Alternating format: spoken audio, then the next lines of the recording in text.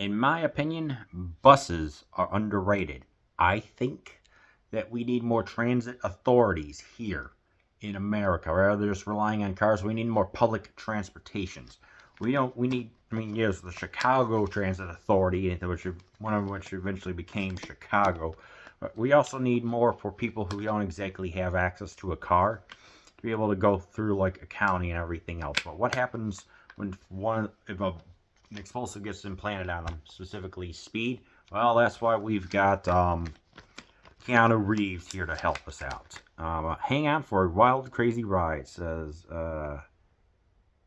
Pi Lindstrom, WNBC TV. Hold on tight for rush of pulse-pounding thrills, breathtaking stunts, and unexpected romance in a film you want to see again and again. Keanu Reeves stars as Jack Traven, an LAPD SWAT team specialist who is sent to defuse a bomb that a revenge-driven extortionist, Dennis Hopper, is planted on a bus. But until he does, Jack and one of the other passengers, Sandra Bullock, must keep the bus speeding through the streets of Los Angeles at more than 50 miles an hour, or the bomb will explode. A high-octane chase of suspense, non-stop action, and surprise twists. Speed is a joyride sure to keep you on the edge of your seat. Oh, you're gosh darn right about that. And it's just like, hot dang, there are just so many nice things about this movie. First of all, the performances as Keanu Reeves, Dennis Hopper, Sandra Bullock, and a guy who plays a guy named Ortiz in a minor role is actually really gosh darn good. And Joe Martin, yes, the guy who played in Brother from Another Planet, is actually pretty dang good in here because this is what it is. When you want a movie called Speed, it better deliver on things that make you go, I want everything to be high octane. That wants you to put the pedal to the metal. That makes you want to feel all the horses gallop, you know? That's what this movie is. At an hour and 55 minutes, I'm sorry, 115 minutes in 1994, it just goes flying by, but in the best way possible. It's just like, it's just the fact alone that Keanu Reeves has 90% of his own stunts in this movie is absolutely insane. I guess this is more. This felt like more like the film. The plot is thing. You're not here for the plot. You're here for the thrill and the spectacle.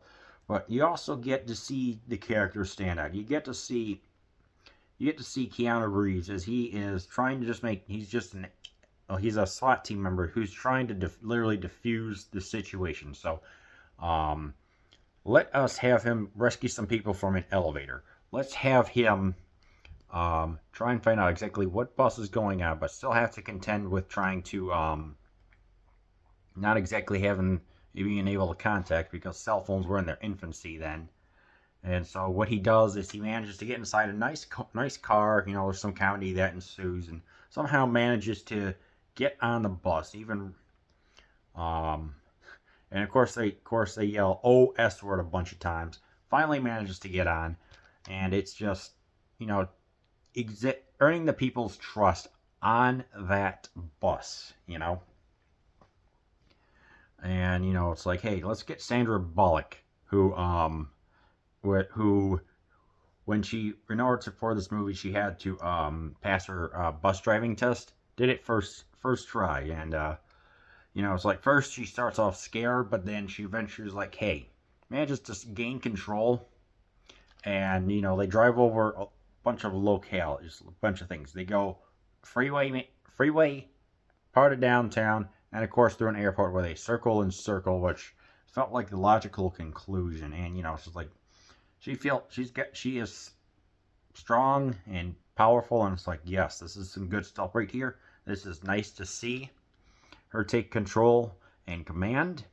And Dennis Hopper plays a man who's just his severance package, which was mentioned in the beginning. It's like you get a tiny pension and a gold Rolex or Timex or whatever, and he just, for whatever reason, just became unhinged. And it's like towards the end, it's like, I guess for me, a good villain, if when you do it in a personal style, is how he manages to take control. Here, he really is just revenge driven. because this man has got like an Uzi or something, and he poses a threat. He does not only with the explosives, but personally later when they're on a train. Seriously, buses and trains and cars. What a combination! And it's just, it's like a frenet. It's like Dennis Hopper was born to play this with the freneticism and just imposing is the presence and the his willingness to just not give up. And it's like, yeah, you want to see this man just go kaput. Well, like in most action movies, like whenever the villain dies, there's usually a couple of puns. So I gotta say them. He yeah, his character gets decapitated, and Travers says, "Good thing I'm taller." And then eventually downstairs goes and asks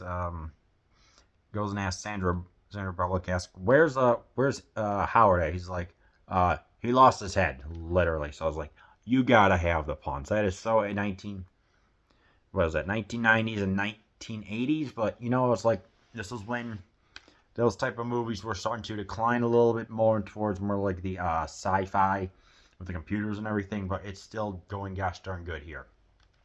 Obviously, there's also the insane stunt work that I mentioned, like Keanu going underneath the bus to try and defuse the bomb, and then there's the where they have to make about what was that, an hour in, where they have to jump over an incomplete section of the freeway, and they perform the stunt. Everyone gets off to the side, and it was a sight to see with at least a couple different angles, and I'm like, oh yeah, that was freaking sweet. And just what they do to get the passengers off. It's so intense and just so much fun. I really highly enjoyed this movie. It's like the music. When the music for this type of movie happens, it's like, okay, let's have the BDD, like the percussion and the violin to create the tension and chaos going on. Very specifically violas and stuff like that. So it's like it's your standard excuse me. It's your standard action movie fare that I felt it was like a step above just for whatever reason. So yeah, this movie does not slow down.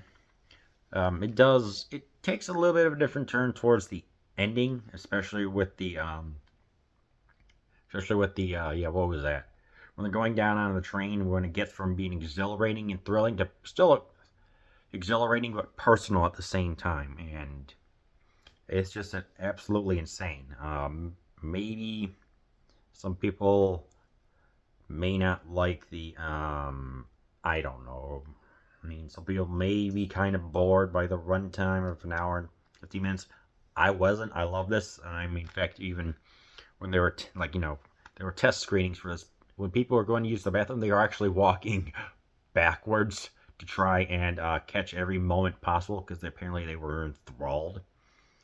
And yeah, this bus going 50 miles an hour, you feel the tension because if it's going any more, like even 1 degree less, the bus will just explode just like that.